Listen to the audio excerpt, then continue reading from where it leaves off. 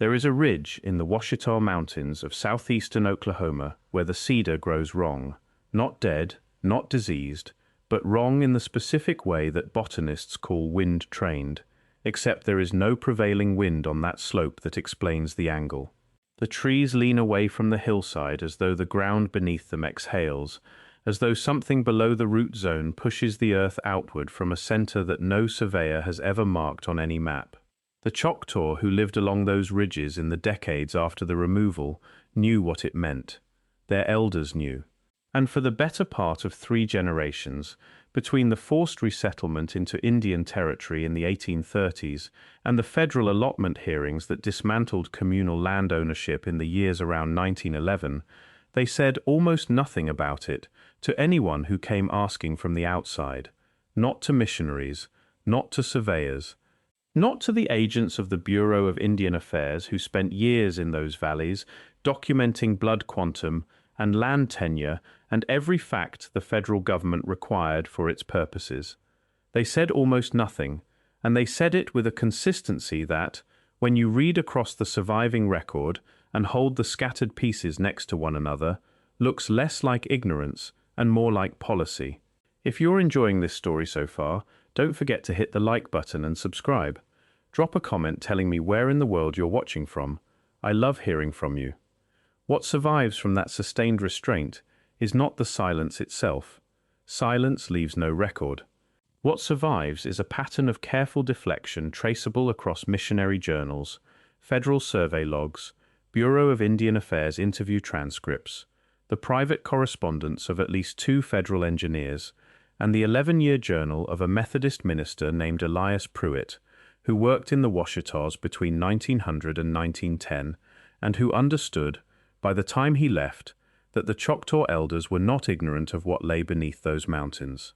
They were protecting something they had decided, over many generations and through careful institutional memory, that the outside world was not in a condition to receive. Pruitt arrived in the Ouachitas in 1900, assigned to a small mission church outside the town of Talihina in the Choctaw Nation, which would become Latimer County, Oklahoma, when statehood arrived in 1907.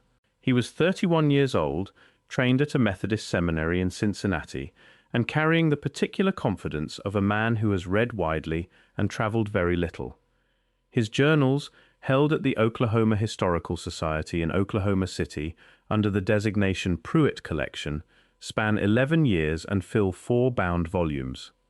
They record in precise and sometimes startling detail the landscape and social texture of the Choctaw Nation during the final years before statehood, the allotment proceedings that broke communal land into individual parcels, the erosion of an institutional order the nation had been rebuilding since the Trail of Tears, and the faces and voices of people moving through a second dispossession dressed in the procedural language of federal land reform. Pruitt was not an anthropologist and made no claim to the discipline. He was a minister who wrote everything down because he believed God was present in the specific and the concrete, and that the record of particular lives was the only honest form of witness he knew how to offer.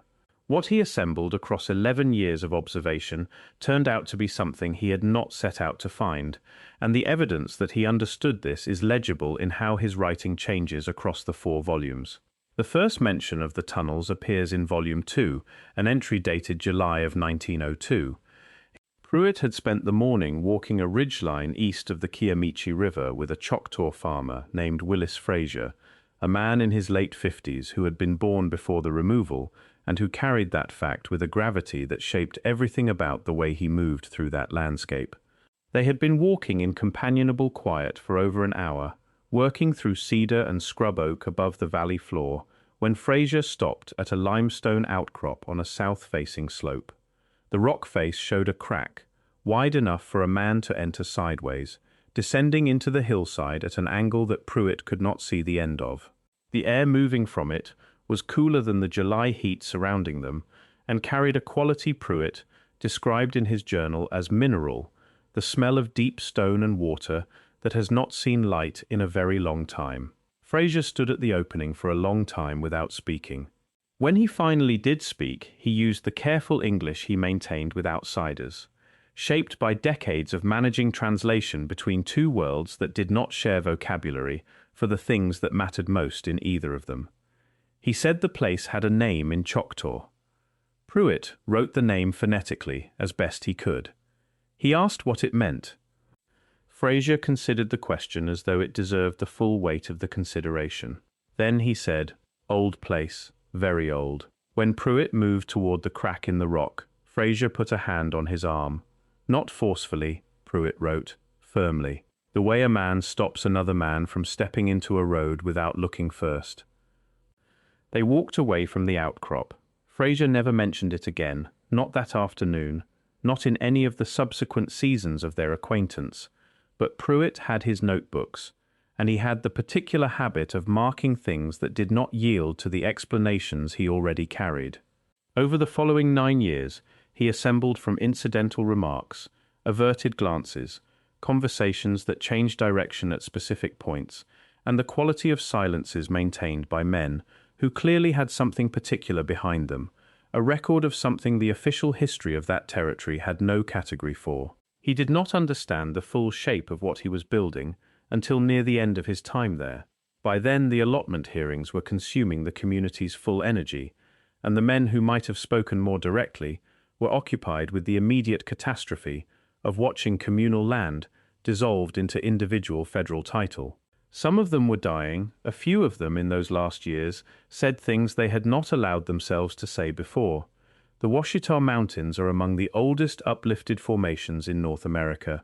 The rock is Pennsylvanian-age sandstone and chert, folded east-west by a continental collision that occurred before any living organism had developed a spine or a jaw. The ridge and valley structure runs in long parallel bands, and the limestone belts within those bands are honeycombed with cave systems that hydrologists have mapped incompletely for over a century. Federal geological surveys from the 1880s noted cave entrances throughout the Kiamichi drainage, but described them as uncharted and of limited depth, language that appears with notable consistency across multiple survey reports filed by the same office in the same fiscal year. In survey writing of that period, that particular uniformity of phrasing usually indicates template language applied where a surveyor has decided that a feature does not warrant the time and cost of thorough assessment, or where someone above him has made that determination on his behalf. The Choctaw had been in the territory since the 1830s, and the elders of the late 19th century carried oral traditions that described the Ouachitas as inhabited long before the nation arrived, not by the Choctaws' own ancestors in any account offered to outsiders. By something that had preceded them by a span of time the traditions did not attempt to quantify. The language used in the few accounts that were captured by observers with the patience to receive them varies across sources: old builders, the first workers, the people who went below.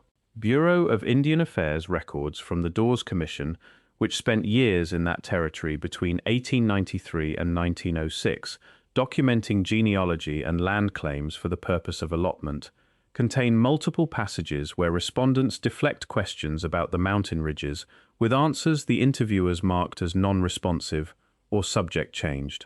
The interviewers were focused entirely on the documentation at hand. They had neither the time nor the mandate to follow deflections that led away from blood quantum and land tenure. But the deflections are there across dozens of separate interviews conducted by different interviewers in different seasons, and their consistency across all of that material is its own form of record. Pruitt began to understand the shape of what he was encountering in 1904, when Thomas Amos agreed to speak with him at length. Amos was one of the last Choctaw men educated at the old academy at Tuskahoma, before the federal government dismantled the tribal school system in preparation for statehood. He was in his 70s by the time Pruitt knew him, formally educated in both the Choctaw intellectual tradition and the American classical curriculum that had been pressed on the nation's institutions, and carefully deliberate about what he chose to offer to any conversation. He spoke with Pruitt across 2 evenings in the autumn of 1904, and what he described constituted the most sustained and explicit account Pruitt received in 11 years of listening.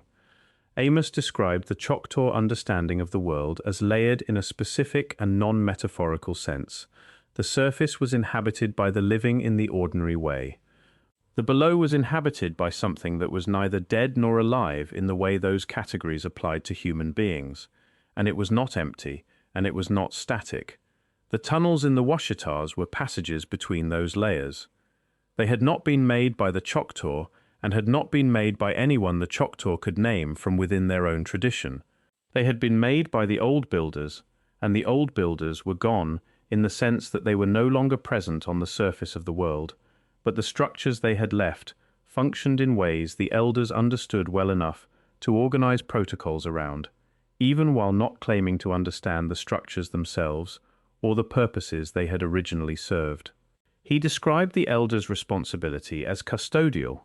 The knowledge of where the openings were, which slopes required a particular attention, which passages led where and for how long before they exceeded what a person could manage, had been transmitted across generations, not as sacred mystery, but as operational information of the kind passed to people with specific responsibilities in a specific landscape. The protocols were practical in the same way. You did not enter without preparation. You did not enter alone. You did not proceed beyond the point where your preparation could sustain what you encountered. These were not ceremonial rules in the sense that Pruitt's tradition would have understood. They were the rules a careful man follows around ground that has behaved in ways that demand respect.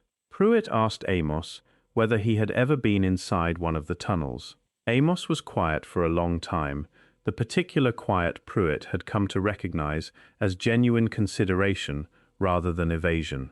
Then he said that certain men had gone in certain circumstances, and that not all of them had come back in the same condition as they had entered. He clarified that he did not mean those men had died inside. Pruitt pressed him on the distinction. Amos said, choosing each English word with visible care, that a man who goes far enough into those passages comes out knowing things that make it difficult to continue living among other people in the ordinary way.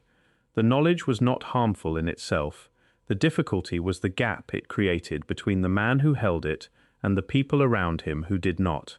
He said this was the fundamental reason the elders maintained the perimeter, not to keep people safe from physical harm, though physical caution was also appropriate in certain passages, to keep the men who went in capable of returning to and functioning within the world they came back to.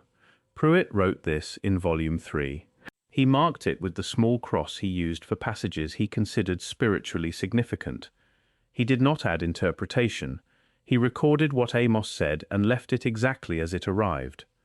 What Pruitt did not yet know, when he wrote that entry, was that the account Amos had given him was considerably more specific than it appeared. In a later conversation, which Pruitt recorded in Volume 3, under a date in the spring of 1905, Amos returned to the subject of the men who had gone in and come back changed. He said that the accounts he had received as a young man from older elders described two distinct categories of passage. The first passages, the ones closest to the surface entrances, were the ones the protocols were designed to govern.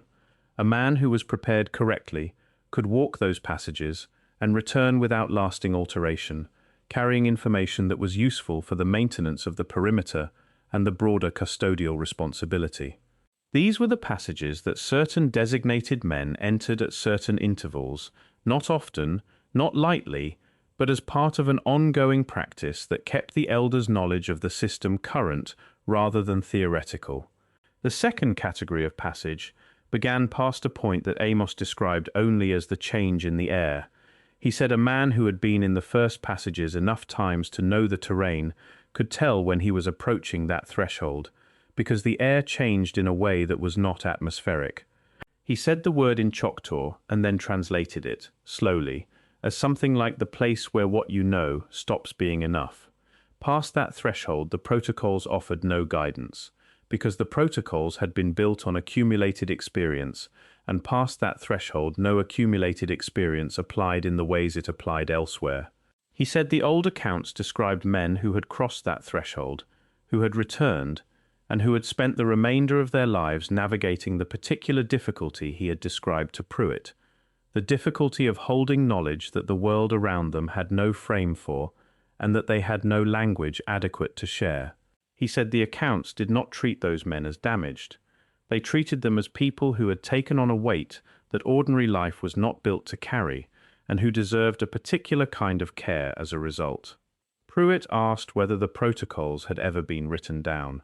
Amos said the question assumed a relationship between knowledge and written record that the tradition did not share. He said the knowledge was not in any document, because the knowledge was not the kind of thing that documents could hold without losing what made it functional.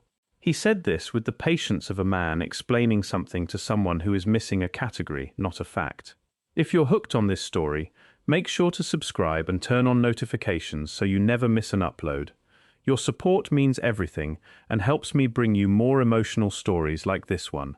In 1906, a survey crew contracted by the Missouri-Kansas-Texas Railroad, then expanding its southeastern Oklahoma line in advance of statehood, conducted a geological assessment of the Kiamichi River Valley and the ridges above it. The survey was standard engineering work. The railroad needed to know where the rock was stable enough to grade and cut. Two members of that crew, a transit operator named Carl Bessemer and a junior surveyor named Roy Hendricks, made separate informal accounts of an event that occurred during the survey and that did not appear in the official documentation submitted to the railroad at the conclusion of the assessment. Bessemer's account is a handwritten letter to his brother in Muskogee, held in a private family collection donated to the Oklahoma Historical Society in 1989. Hendricks's account was recorded in 1948 in an interview conducted by a local historian named Clara Whitmore, assembling a county history of Latimer County. Both accounts describe the same event in compatible detail. The crew, clearing brush on a north-facing slope 3 miles east of the Talihina Road, broke through a limestone overhang into an open space that was not on any map, and that neither Bessemer nor Hendricks, with their combined years of survey experience across the territory, could identify as a natural cave formation. Bessemer wrote that the ceiling was arched at a regularity he described as too consistent for water erosion. The walls showed what he called tooling, long parallel striations of the kind left by metal working stone in a controlled direction. The floor was level, in the way a floor is level when someone has made it so. The space extended back into darkness beyond the range of their lanterns.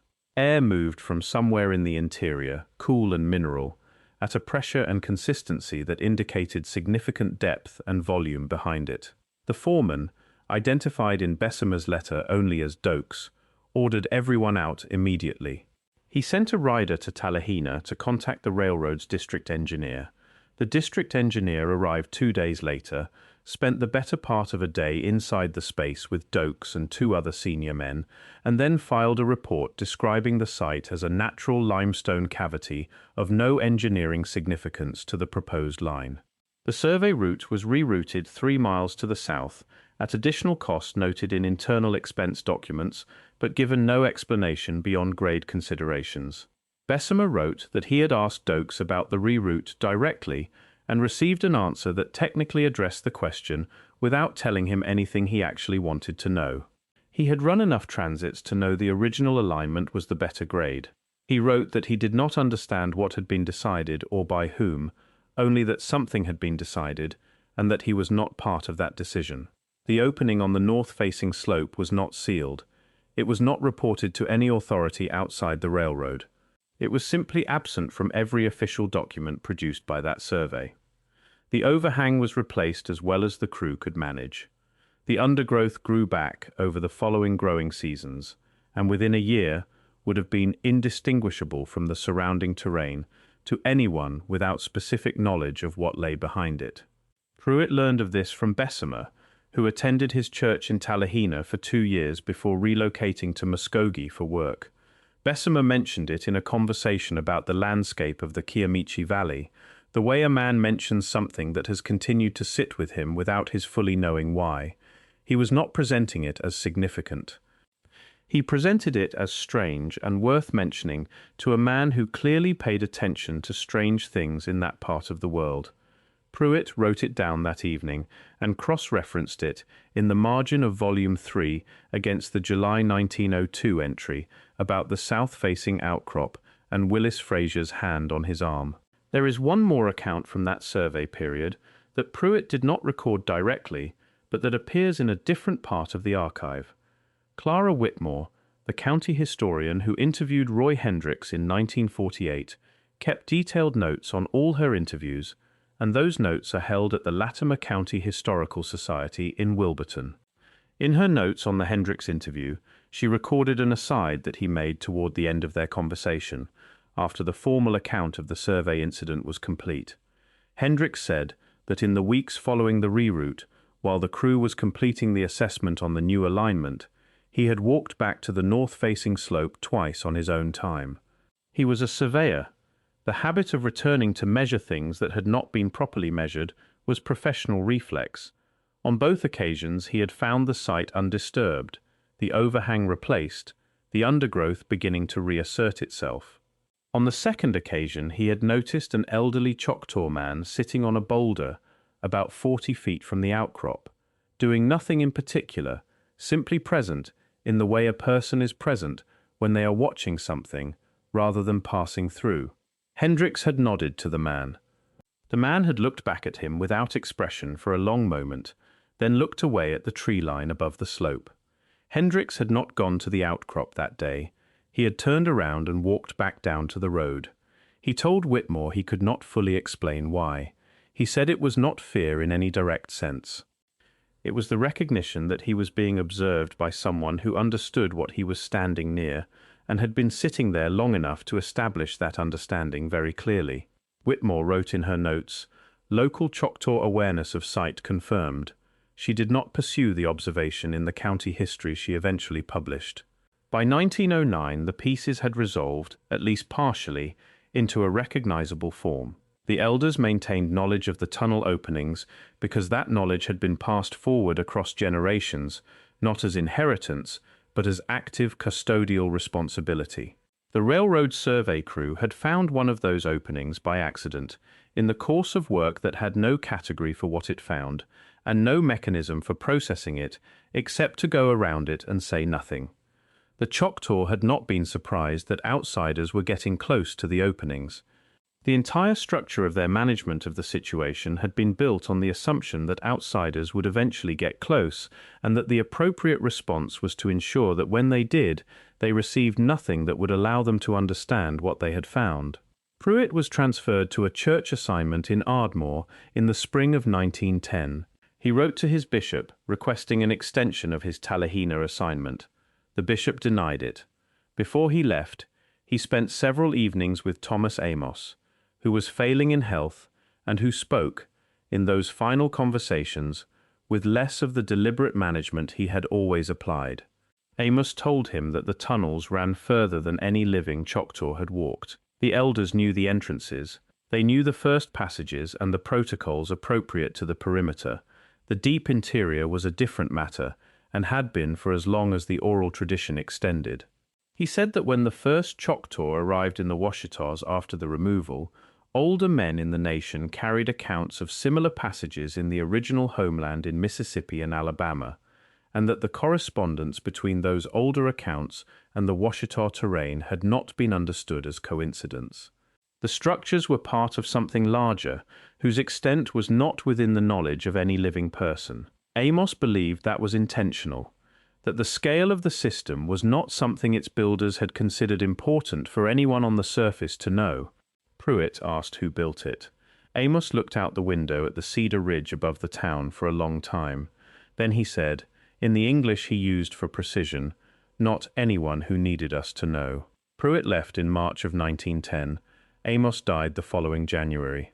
The allotment proceedings had by then completed the dissolution of the Choctaw communal land system.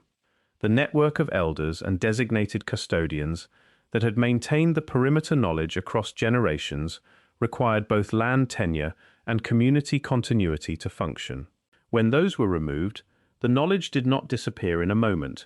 It thinned across the generation that followed, held by older people in communities that no longer had the institutional structure to receive and carry what those people had to pass forward.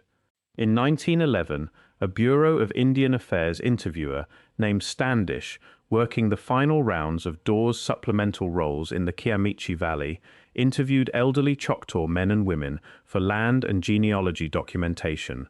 3 of those transcripts, held at the National Archives in Fort Worth, contain passages of a different character. 3 separate respondents, on different days, introduced information about the mountains that Standish had no framework to process. 2 transcripts show him redirecting back to the documentation at hand. The third records a longer exchange. The respondent was a woman named Lena Carney, born around 1845, who had been a child during the removal. In response to a routine question about land use on the ridges above the valley, she described what she called the old places in the stone, said they had been known to the Choctaw since before the removal, said the nation had a long-standing understanding about them that she was not going to explain to a federal land interviewer. Then she said, "The men who built those places are not anywhere we can find them now, but the places still work. That is what the elders always said. The places still work, and that is why you leave them alone." Standish wrote in the margin, in pencil, meaning unclear. He moved to the next question. The Pruitt Collection's 4th volume contains, near its end, a long retrospective entry written in late 1913 or early 1914. Pruitt wrote that what he had encountered in the Ouachitas was not secrecy in any conventional sense, not the concealment of something feared to be stolen or misused, though those fears were reasonable and present. It was a custodial practice built around a recognition that certain knowledge requires a particular condition in the person who receives it, and that without that condition, the knowledge does not produce understanding but produces instead a gap between the person who holds the knowledge and the people around them who do not, too wide to be bridged by ordinary living. The elders were not withholding information from outsiders out of hostility or the entirely reasonable protective caution of a people who had watched the federal government dismantle everything they built. They were maintaining a practice of preparation that the outside world had never asked to understand, and showed no indication it was capable of receiving. He wrote that Amos had not been keeping information from him. He had been assessing, over years of careful conversation, whether Pruitt had reached the condition that would make the information anything more than noise. And Pruitt had been transferred before that assessment reached any conclusion. He wrote, "He was not keeping the knowledge from me. He was keeping me from the knowledge until I was ready. I left before I was ready." The entry continues for several more pages, and in those pages, Pruitt does something unusual for a man of his training and temperament. He attempts to describe, with the honesty of a man writing for no audience he expects to read the words, what he believes he had been close to understanding, and what he thinks the understanding would have required of him. He writes that the Choctaw custodial tradition, as Amos described it, was not built on the premise that the knowledge of the tunnels was dangerous in itself. It was built on the premise that a person who received that knowledge without adequate preparation became not dangerous but unmoored, capable of continuing to function in most respects, but no longer fully anchored to the assumptions that ordinary social life depends on. He writes that he had spent his 11 years in the Ouachitas developing, without realizing it, a set of habits of attention that Amos had apparently been monitoring, and that by the time of their final conversations he had come further than he knew. He writes that Amos, in those last evenings, had been less guarded, not because his health was failing, and his defenses with it, but because he had decided that Pruitt had come far enough to be told certain things without the telling causing the damage that the tradition existed to prevent. He writes that he does not know how much further he would have needed to go. He writes that he has no way of knowing what he missed by leaving when he did, and that this is not a comfortable form of ignorance to carry. He spent the rest of his professional life in Ardmore and did not return to the Kiamichi Valley before his death in 1922. His daughter, who donated the journals to the Oklahoma Historical Society in 1938, wrote in her accompanying letter that her father had spoken of the Talihina years throughout his life with an affection that she had always found slightly puzzling, given that Ardmore was where his career had flourished and where he had built everything that most people would call a successful life. She wrote that she had never fully understood what he had left behind in those mountains. Reading his journals, she added, she was not sure she understood it any better, but she was certain there was something there to understand. The ridge east of the Kiamichi River where Willis Fraser stopped Pruitt at the limestone crack in 1902, is now within the Ouachita National Forest. The Forest Service has conducted multiple surveys of the cave systems in that region over the past century, using methods that have grown considerably more sophisticated over time, from early physical exploration to mid-century water tracing studies to more recent ground-penetrating radar assessments conducted in connection with watershed management planning. The results of those surveys are on file at the Forest Service Regional Office in Hot Springs, Arkansas. The maps they produced mark several significant uncharted cavities in the limestone and sandstone belts of the Kiamichi Valley ridges. Forest Service maps of the region show several significant uncharted cavities in the Kiamichi Valley limestone belts, designated as requiring further survey, a designation that has appeared on those maps since the first federal assessment in the 1920s and has not been updated since. Bessemer's letter is in the Oklahoma Historical Society. The railroad expense records showing the unexplained survey reroute of 1906 are in the Kansas State Historical Society. Neither document references the other. They are in separate archives in separate states, and the connection between them is only visible to someone who already has a reason to look across both. Lena Carney's interview transcript is in Box 47 of the Dawes Commission supplemental rolls at the National Archives in Fort Worth. Standish's penciled annotation has faded across more than a century but remains legible. The transcript has not been cited in any published work on Choctaw history or Ouachita geology that has been located. Thomas Amos's land allotment, 40 acres on a north slope above Talihina, sold 3 years after his death to a timber company, passed through 2 corporate owners, and was absorbed into the Ouachita National Forest in 1936. It is public land now. Anyone can walk it. The crack in the limestone on the south-facing slope is not on any map. It may have collapsed.